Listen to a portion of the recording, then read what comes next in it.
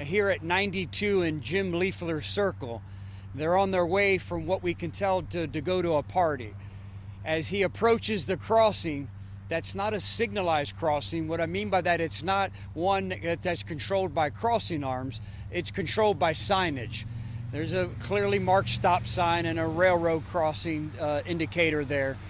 But for some reason, by viewing the camera footage, we see the driver of this SUV pull up and slow crawl across the railroad crossing, but never stop to look both ways. We also know that there was a witness that was parked there who witnessed this tragedy occur. The conductor of the train did everything he could to try to slow this train down.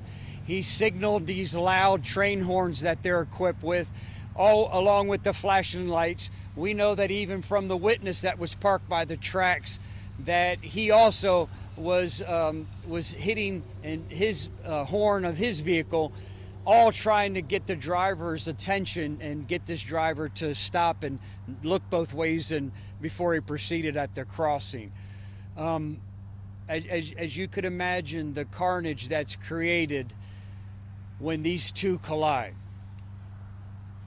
The SUV, we can see from the video, begins to catapult and flip violently several times before it's landed a distance from this crossing. We actually got our first phone call from a iPhone, a recorded voice on an iPhone indicating that there had been an accident. And when that phone dials in, we can immediately grab the coordinates and start dispatching deputies to the scene. Deputies arrive at the scene along with first responders, and they immediately go to work. They immediately go and try to comb through some of this carnage that's been created. This SUV that looks like a soft drink can that's been smashed. It's that horrible of a scene. They get the jaws of life. They work together, our team in Hillsborough County Fire Rescue, and they're able to rescue the driver and a front passenger from the front of this SUV, and they're immediately transported while conducting life-saving measures on the way to Lakeland Regional Hospital. We know that they're both in serious and critical condition, as the update that I got just before giving this press. The other 5 passengers in this vehicle were all violently ejected from the SUV, and they lost their lives here this evening.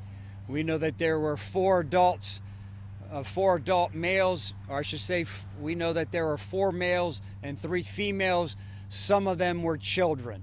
The exact dynamic and the relations between all 7 of the individuals that are in this car, we're still working through. But I believe tonight Hillsborough County lost one of its families. I want to take just a moment to ask this community to say an extra prayer tonight. Say an extra prayer tonight for the first responders, for the deputies who had to go out here, and as they were canvassing the area looking for survivors, unfortunately only found more people that lost their life from this tragedy, this violent car crash, this violent SUV versus train crash that we had here this evening. Also, want to ask you to pray for this family. I can tell you on behalf of the 4,000 members of the Hillsborough County Sheriff's Office, our hearts are shattered for the loss of this family and the tragedy that occurred here this evening. Try to take any questions I can. Just please be sensitive that this is still unfolding as we begin to piece this together. I'm sorry, I should have said that. Around 6:48 this evening is when we got the first call, so we believe this happened between 6:45 and 6:48 when this car came to rest, and the iPhone made the actual first 911 call that we received with an open line is how the system works. A lot of these scenes, you say it might be children involved, but yet this really shook your investigators on the scene. So you can tell you're basically shaking. Yeah, I think anyone who goes and sees the carnage that's been created, whenever you compound that with the fact that some children lost their life here, maybe an entire family lost their life here tonight, we are all visibly shaken. We are all rattled at our core tonight after witnessing what happened here tonight. You said there was no guardrail, at the scene. Is that common in this area, and if so, why? Yeah, it's some of the less traveled areas, from what I understand. They don't use the crossings. This is just a few homes across this crossing. That's not a very well-traveled area. So again, I certainly don't want to pretend to be an expert. I believe because it's less traveled is the reason that they mark it with a stop sign and as a crossing, encouraging people to stop and look both ways before they proceed. Sheriff, I know it's still early on in the investigation. Can you once again identify, is it a man and a woman who lost their life here? Yeah, we know that there were 4 males and 3 females. There are 2 males out of the 7 that are still with us now. They're still in critical condition. It's the remaining, the 3 females and 2 other males who lost their life, and that included at least 2 children.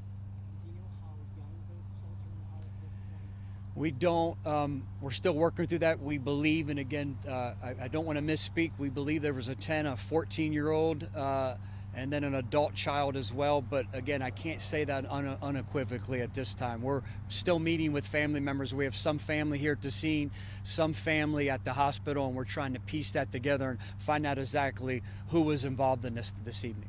You say this family is from Hillsborough County, so the families live local. Correct. It's my understanding they're local Plant City residents. They were coming as a family to go do a quinceañera, a 15th birthday party in a home just across the railroad crossing.